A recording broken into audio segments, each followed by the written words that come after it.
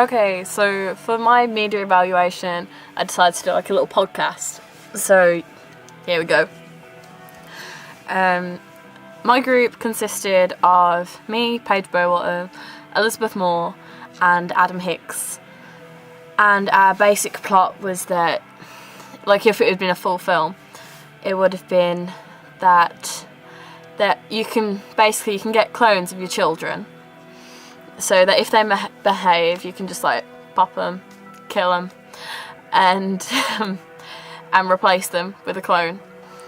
But one clone finds out that she is a clone and not just like a normal child, and so she goes on kind of like a rampage, and she wants to get rid of all clones so that this can't happen to children. And the way that she decides to do this is through a series of meeting other clones that are in refugee camps, like other clones that have worked this out. And she talks to them. She unfortunately will kill quite a few of them because it's her mission. And then she realises that if she wants to kill all clones, she must kill herself. So it's going to be building up to this big thing. Will she kill herself? What will she do about a boyfriend that she meets on her mission?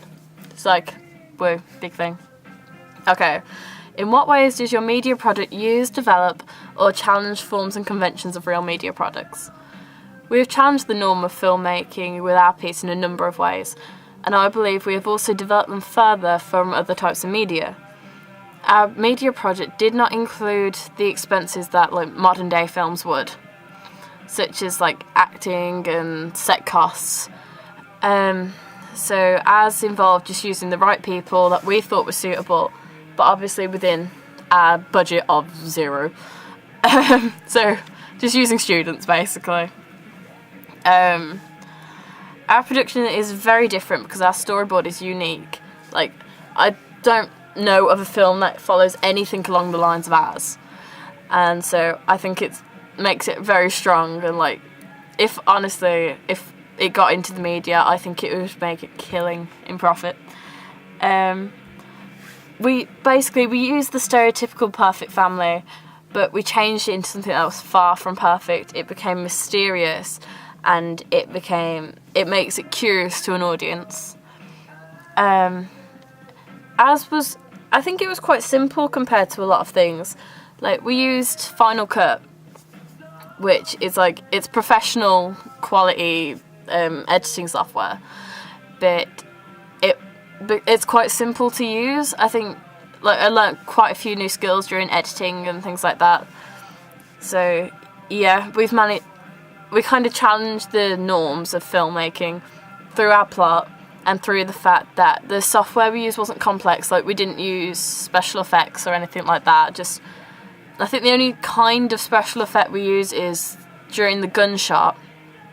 We added in like a little flash to kind of like symbolise the bullet. And when we did the scene where the first clone gets killed, there's like fake blood. We use cranberry sauce that comes out of her mouth, and so that could kind of class as a physical special effect, but obviously it's like minimum budget. It was quite quick to produce, which is different from most films, but it's still very high quality because I think the way we've done the music in the background and all this, it's very tension building. I think it's really good. If you go on to the actual presentation evaluation, there's clips and videos to do with everything that I'm speaking about here, so check them out. They support my points. They help add examples of other films that use similar things, so they'd be very good to kind of help understand, I guess, what I'm saying. How does your media project represent particular social groups? Right. As, I guess, if you looked at the opening, you'd think that all goths are mischievous and they're not very nice people. You'd see that you'd think all white men are they're strong, they're harsh parents, and that all white women are quite feeble and that they'd give in, no problem. And also, because it's a man that we used as the head of the toy box company, I guess you'd kind of think that men are more superior over women. But like I said before, our piece challenges like the stereotypical family.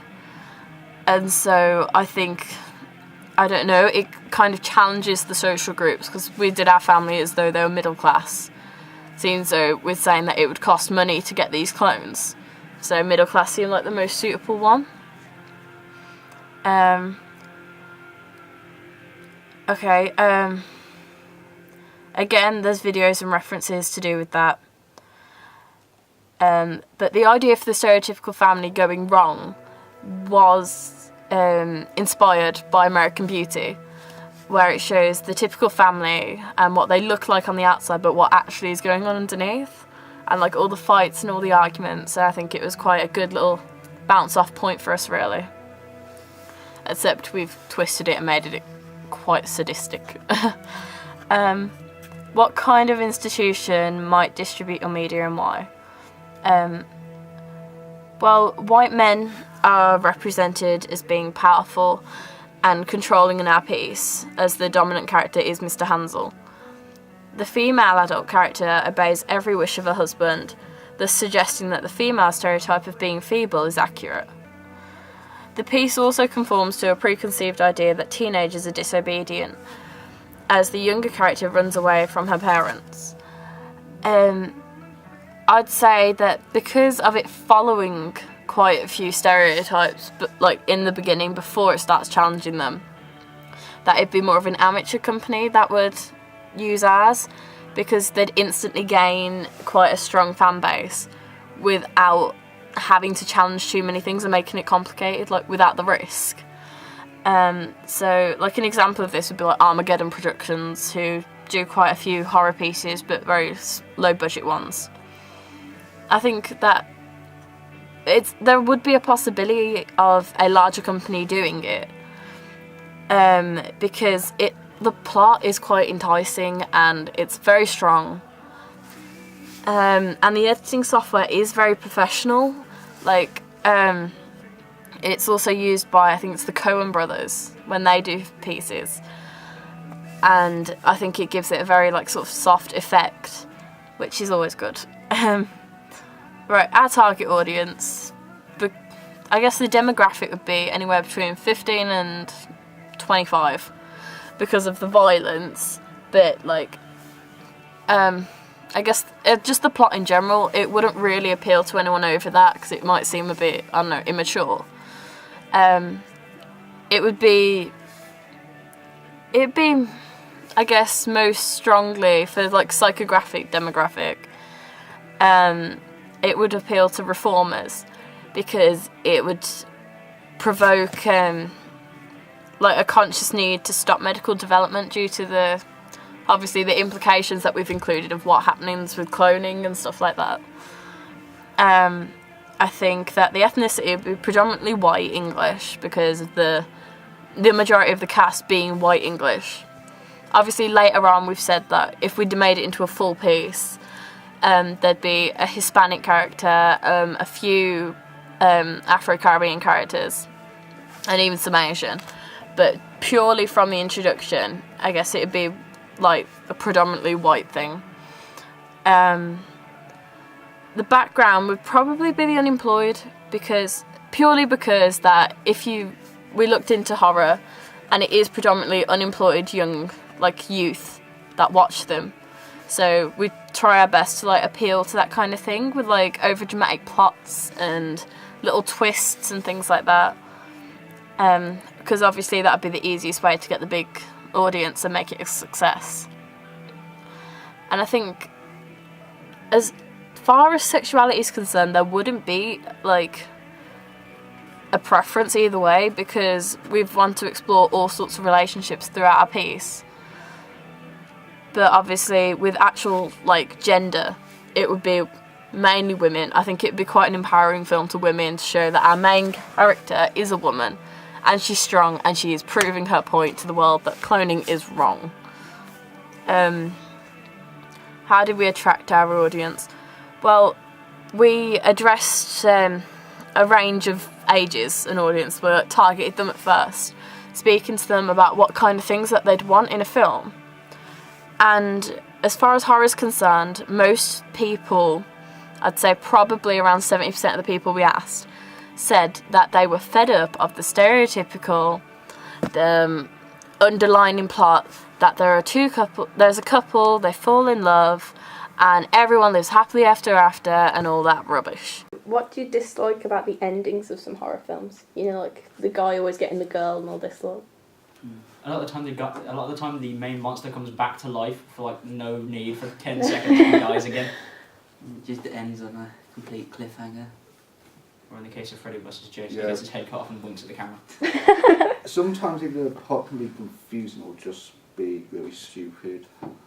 That's why we said if we made it into a full piece, we would follow the couple, because I think it could be a good side plot. However, there was the slight possibility that Lilium may have to kill her partner, and I think that could be quite twisted, and it would be a nice change from your stereotypical thing. I think the violence that we use as far as just the introduction, the fake blood, is a brilliant thing. I think it's quite eye-catching. And the music as well, like, it adds to the atmosphere. And again, it's very strong, and I think it draws an audience in. It leaves them on edge to when it cuts off at the conversation with the owner of the toy box company. I think that drop just makes it like, oh, this is what we should be focusing on. This is important, which like attracts an audience. And the fact that we've kind of cross-genred our piece in between like psychological thriller with horror and even with a little bit of gore, I think it's different, it's individual, and therefore it attracts an audience. They're also attracted through the range of camera techniques that we use, such as we use a ped-up in the opening. We cut when she's walking down the aisle of the church in between sort of an eye view shot from the main character's perspective into one of like following her, like tracking her. Which I think, again, it's good and it looks professional, which again would draw an audience in. But things we've learnt about technology from this is we learnt how to use Final Cut, the editing software. We used the Canon recording cameras, so we learnt how to use those. And we learnt about how to edit the music through the Final Cut software, which was quite difficult to do, and it involved a lot of sort of pinpointing, then lowering and highering volume in certain areas, which, again, it took time and it was a learning curve for the entire group. But I think it helped us all, it developed us all, and it developed our skills. We used minimal transitions. I think we used 1 or 2 fades, but they're mainly cuts. And this is purely to add to the verisimilitude of the piece. It doesn't distract away from the plot too much, and again, I think it makes it more professional, really. There's not much more to say other than that. And the credits that we used as well, we did those through Final Cut, but we kept them quite basic as a way not to distract away from the actual piece, which again I think is important, and again it helps not to distract away from the verisimilitude, which is it's a strong thing. I think it's important to have. Right, looking back at the preliminary task, I think we've learned definitely how to use the reverse shot, which was quite a difficult one for us to set up to begin with, and the tracking with like simultaneously with the ped-up, that took a lot of practice. And I think that was like going to be a main problem for us. But we worked on it, and as a group we came through it, and I think it worked. It's actually quite effective. I think it's really good. As though it may seem like we've avoided like a trickier side of recording, there's not a lot of complex shots that we've attempted. I think it actually made our piece seem more professional, as it adds to the verisimilitude, and it's like it's not over ambitious yet effective at the same time, which I think is a lot better than if we'd been over ambitious and we had tried loads of complex things and then it have just looked bad. We got to experiment with like the tripod and the dolly and the head and all this lot, which I think was a learning curve because we hadn't used it. My group personally hadn't used the dolly before or the ped up, and so yeah, I think we developed how to use the shots more. Okay, so absolutely enjoyed doing the coursework, enjoyed all of it. It was so much fun. But yeah, I guess it's the end now. So yeah.